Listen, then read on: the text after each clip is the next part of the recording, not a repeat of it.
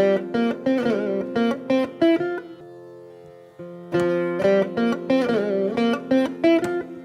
ಸರಳ ಸಂಸ್ಕೃತ ಕಲಿಕೆಗೆ ನಿಮಗೆಲ್ಲರಿಗೂ ಹಾರ್ದಿಕ ಸ್ವಾಗತ. ಹಿಂದೆ ನಾವು ವರ್ತಮಾನ ಕಾಲದಲ್ಲಿ ಕ್ರಿಯಾಪದಗಳ ಪ್ರಯೋಗ ಹೇಗಾಗುತ್ತೆ ಅಂತ ಕಲ್ತಿದ್ವಿ. ಇವತ್ತಿನ ಸೆಷನ್ ನಲ್ಲಿ ಭವಿಷ್ಯತ್ ಕಾಲದಲ್ಲಿ ಕ್ರಿಯಾಪದಗಳ ಪ್ರಯೋಗವನ್ನ ಹೇಗ್ ಮಾಡೋದು ಅನ್ನೋದನ್ನ ಕಲಿಯೋಣ. ಪಠತಿ ಅನ್ನುವಂಥದ್ದು ವರ್ತಮಾನ ಕಾಲದಲ್ಲಿ ನಾವು ಉಪಯೋಗಿಸುವಂತಹ ಧಾತು. ಅದೇ ಅದನ್ನ ಭವಿಷ್ಯತ್ ಕಾಲದಲ್ಲಿ ಹೇಳ್ಬೇಕು ಅಂತಂದ್ರೆ ಪಠಿಷ್ಯತಿ ಅಂತ ಆಗುತ್ತೆ. ಸಹ ಪಠತಿ, ಅವನಿಗೆ ಓದ್ತಾನೆ. ಸಹ ಪಠಿಷ್ಯತಿ, ಅವನು ಮುಂದೆ ಓದುತ್ತಾನೆ. ಸಹ ಪಠಿಷ್ಯತಿ. ಹಿಂದೆ ನಾವು ನೋಡಿದ ಹಾಗೆ ಕ್ರಿಯಾಪದಗಳಿಗೆ ಪ್ರಥಮ ಪುರುಷ, ಮಧ್ಯಮ ಪುರುಷ, ಉತ್ತಮ ಪುರುಷದ ಪ್ರಯೋಗಗಳಿವೆ. ಈಗ ಪಠಿಷ್ಯತಿಗೆ ಪ್ರಥಮ ಪುರುಷದ ಪ್ರಯೋಗ ಹೇಗೆ ಅನ್ನೋದನ್ನ ನೋಡೋಣ. ಪಠಿಷ್ಯತಿ, ಪಠಿಷ್ಯತಃ, ಪಠಿಷ್ಯಂತಿ. ಪಠಿಷ್ಯತಿ ಅಂತಂದ್ರೆ ಅವನು ಓದುತ್ತಾನೆ. ಸಹ ಪಠಿಷ್ಯತಿ ಅಥವಾ ರಾಮಃ ಪಠಿಷ್ಯತಿ. ಇಲ್ಲಿ ನಾವು ನೋಡ್ಬೇಕು, ಸಹ ಅನ್ನುವಂಥದ್ದು ಅವನು ಅಂತ ಹೇಳುವಂಥದ್ದು. ಸೊ ಇದು ಥರ್ಡ್ ಪರ್ಸನ್ ಆಗುತ್ತೆ, ಸೆಕೆಂಡ್ ಪರ್ಸನ್ ಅಲ್ಲ. ಸೊ ಇಲ್ಲಿ ಸಹ ಅನ್ನುವಂಥದ್ದಕ್ಕೆ ನಾವು ಪ್ರಥಮ ಪುರುಷದಲ್ಲೇ ಪ್ರಯೋಗವನ್ನ ಮಾಡ್ಬೇಕು. ಸಹ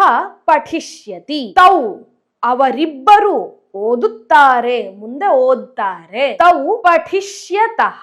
ತೇ, ಅವರೆಲ್ಲರೂ. ತೇ ಪಠಿಷ್ಯಂತಿ. ತೇ ಕಿಂ ಕುರ್ವಂತಿ. ತೇ ಪಠಿಷ್ಯಂತಿ, ಮುಂದೆ ಅವರು ಓದುತ್ತಾರೆ ಅನ್ನುವಂಥದ್ದು ಪ್ರಥಮ ಪುರುಷದಲ್ಲಿ ಕ್ರಿಯಾಪದ ಭವಿಷ್ಯತ್ ಕಾಲದ. ಹಾಗೆ ಮಧ್ಯಮ ಪುರುಷದಲ್ಲಿ ನೋಡೋಣ. ತ್ವಂ ಏಕವಚನ. ತ್ವಂ ಪಠಿಷ್ಯಸಿ. ಪಠಿಷ್ಯಸಿ ಅಂತಂದ್ರೆ ತ್ವಂ ನೀನು ಓದುತ್ತೀಯ, ಮುಂದೆ ಓದುತ್ತೀಯ. ತ್ವಂ ಪಠಿಷ್ಯಸಿ. ಯುವಾಂ ನೀವಿಬ್ಬರು. ನೀವಿಬ್ಬರು. ಪಠಿಷ್ಯತಃ, ನೀವಿಬ್ಬರು ಮುಂದೆ ಓದುತ್ತೀರಾ. ಯೂಯಂ ನೀವೆಲ್ಲರೂ. ಪಠಿಷ್ಯಥ, ಮುಂದೆ ಓದ್ತೀರಾ. ಬಹುವಚನದಲ್ಲಿ ಪ್ರಯೋಗ ಮಧ್ಯಮ ಪುರುಷ. ಇನ್ನು ಉತ್ತಮ ಪುರುಷದಲ್ಲಿ ನೋಡ್ಬೇಕು ಅಂತಂದ್ರೆ ಅಹಂ ಅಂತಂದ್ರೆ ನಾನು, ಉತ್ತಮ ಪುರುಷ.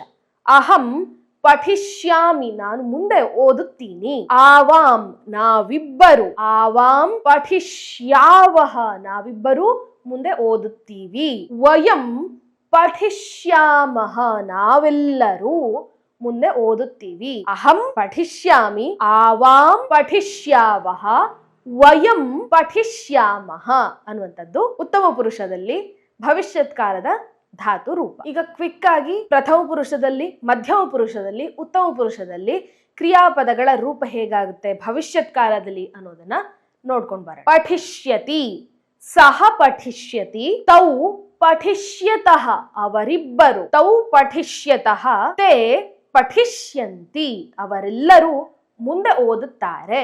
ಪಠಿಷ್ಯಂತಿ. ತ್ವಂ ನೀನು. ತ್ವಂ ಪಠಿಷ್ಯಸಿ. ಯುವಾಂ ಪಠಿಷ್ಯಥಃ. ಯೂಯಂ ಪಠಿಷ್ಯಥ, ನೀವೆಲ್ಲರೂ. ಯೂಯಂ ಪಠಿಷ್ಯಥ. ಅಹಂ ಪಠಿಷ್ಯಾಮಿ. ಆವಾಂ ಪಠಿಷ್ಯಾವಹ. ವಯಂ ಪಠಿಷ್ಯಾಮಹ. ಹೀಗೆ ಭವಿಷ್ಯತ್ ಕಾಲದಲ್ಲಿ ಕ್ರಿಯಾಪದದ ರೂಪ. ಈಗ ನಾವು ಒಂದೊಂದೇ ಕ್ರಿಯಾಪದಗಳಿಗೆ ಭವಿಷ್ಯತ್ ಕಾಲದ ರೂಪ ಹೇಗಾಗುತ್ತೆ ಅನ್ನೋದನ್ನ ನೋಡ್ಕೊಂಬರೋಣ. ಗಮಿಷ್ಯತಿ, ಹೋಗುತ್ತಾನೆ. ಭವಿಷ್ಯತ್ ಕಾಲ, ಮುಂದೆ ಅವನು ಹೋಗ್ತಾನೆ. ಭವಿಷ್ಯತಿ, ಮುಂದೆ ಅದು ಆಗುತ್ತೆ, ಮುಂದೆ ಆಗುತ್ತೆ. ಭವಿಷ್ಯತಿ. ಧಾವಿಷ್ಯತಿ, ಅವನು ಮುಂದೆ ಓಡ್ತಾನೆ ಅಥವಾ ಅವಳು ಮುಂದೆ ಓಡುತ್ತಾಳೆ ಅಥವಾ ಅದು ಮುಂದೆ ಓಡುತ್ತೆ. ಖಾದಿಷ್ಯತಿ, ತಿನ್ನುತ್ತಾನೆ, ಮುಂದೆ ಭವಿಷ್ಯತ್ ಕಾಲದಲ್ಲಿ ತಿನ್ನುತ್ತಾನೆ. ವದಿಷ್ಯತಿ, ಅವನು ಹೇಳುತ್ತಾನೆ. ಹಸಿಷ್ಯತಿ, ಮುಂದೆ ಅವನು ನಗುತ್ತಾನೆ. ಪಾಸ್ಯತಿ, ಅವನು ಮುಂದೆ ಕುಡಿಯುತ್ತಾನೆ. ಸ್ಮರಿಷ್ಯತಿ, ಅವನು ಆಮೇಲೆ ನಂತರ ಅವನೇನ್ ಮಾಡ್ತಾನೆ, ಅವನು ಮುಂದೆ ನೆನಪಿಸ್ಕೊಳ್ತಾನೆ. ದ್ರಕ್ಷ್ಯತಿ, ಮುಂದೆ ಅವನು ನೋಡುತ್ತಾನೆ. ಕರಿಷ್ಯತಿ, ಮುಂದೆ ಅವನು ಮಾಡುತ್ತಾನೆ. ಕರಿಷ್ಯತಿ. ಕ್ರೀಡಿಷ್ಯತಿ, ಅವನು ಮುಂದೆ ಆಟವನ್ನ ಆಡ್ತಾನೆ. ಕ್ರೀಡಿಷ್ಯತಿ. ಸ್ಥಾಸ್ಯತಿ, ಅವನು ಎದ್ದು ನಿಲ್ಲುತ್ತಾನೆ, ಮುಂದೆ ಅವನು ಎದ್ದು ನಿಲ್ಲುತ್ತಾನೆ. ನೇಷ್ಯತಿ, ತೆಗೆದುಕೊಂಡು ಹೋಗುತ್ತಾನೆ, ಮುಂದೆ ಅವನು ತೆಗೆದುಕೊಂಡು ಹೋಗ್ತಾನೆ. ಪತಿಷ್ಯತಿ, ಅವನು ಮುಂದೆ ಬೀಳುತ್ತಾನೆ. ಯಾಚಯಿಷ್ಯತಿ, ಮುಂದೆ ಅವನು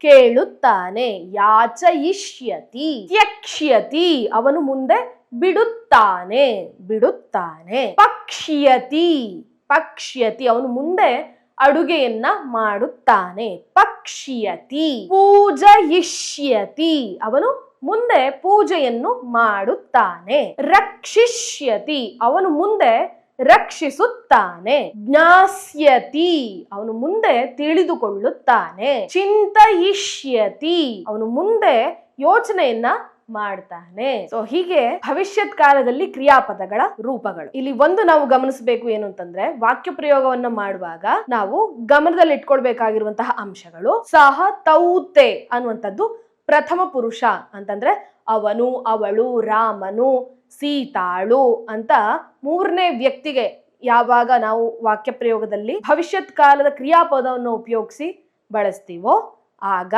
ಸಹ ಏಕವಚನ, ತೌ ತೇ ತೌ ದ್ವಿವಚನ, ತೇ ಬಹುವಚನ. ಇದು ನಾನು ಪುಲ್ಲಿಂಗದಲ್ಲಿ ಒಂದು ಎಕ್ಸಾಂಪಲ್ಗೆ ಉದಾಹರಣೆಗಾಗಿ ಕೊಡ್ತಾ ಇರುವಂತದ್ದು. ಹಾಗೆ ಸ್ತ್ರೀಲಿಂಗವನ್ನು ನೀವು ಕೂಡ ಆಡ್ ಮಾಡಬಹುದು. ಹಾಗೆ ರಾಮ, ಸೀತಾ ಯಾವುದೇ ನಾಮಪದವನ್ನ ತೆಗೆದುಕೊಂಡು ಇಲ್ಲಿ ನಾವು ಏಕವಚನ, ದ್ವಿವಚನ, ಬಹುವಚನ ರೂಪಗಳನ್ನ ಮಾಡಬಹುದು. ಹಾಗೆ ಮಧ್ಯಮ ಪುರುಷಕ್ಕೆ ತ್ವಂ ಏಕವಚನ, ಯುವಾಂ ನೀವಿಬ್ಬರು, ಯೂಯಂ ನೀವೆಲ್ಲರೂ, ತ್ವಂ ಯುವಾಂ ಯೂಯಂ ಸೆಕೆಂಡ್ ಪರ್ಸನ್ ಅಂತಂದ್ರೆ ಎರಡನೇ ವ್ಯಕ್ತಿಗೆ ನಾವು ಬಳಸುವಂತಹ ಕ್ರಿಯಾಪದದಲ್ಲಿ ಜೋಡಿಸಬೇಕಾಗಿರುವಂತಹ ಸರ್ವನಾಮ ಪದ ತ್ವಂ ಯುವಾಂ ಯೂಯಂ. ಹಾಗೆ ಉತ್ತಮ ಪುರುಷದಲ್ಲಿ ನೋಡ್ಬೇಕು ಅಂತಿದ್ರೆ ಅಹಂ ಏಕವಚನ, ಆವಾಂ ನಾವಿಬ್ಬರು, ವಯಂ ನಾವೆಲ್ಲರೂ, ಅಹಂ ಆವಾಂ ವಯಂ ಇದು ಉತ್ತಮ ಪುರುಷದಲ್ಲಿ ನಾವು ಬಳಸುವಂತಹ ಸರ್ವನಾಮ ಪದ. ಸೊ ಇವತ್ತು ನಾನು ಹೇಳಿರುವಂತಹ ಅಂಶಗಳು ನಿಮಗೆ ಅರ್ಥ ಆಗಿದೆ ಅಂತ ಅನ್ಕೊಳ್ತೀನಿ. ಅರ್ಥ ಆದ ಪಕ್ಷದಲ್ಲಿ ನೀವು ಮುಂದೆ ಏನನ್ನ ಮಾಡ್ತೀರಾ ಅನ್ನೋದನ್ನ ನಮ್ಗೆ ಕಾಮೆಂಟ್ ಮೂಲಕ ತಿಳಿಸಿ. ಧನ್ಯವಾದ.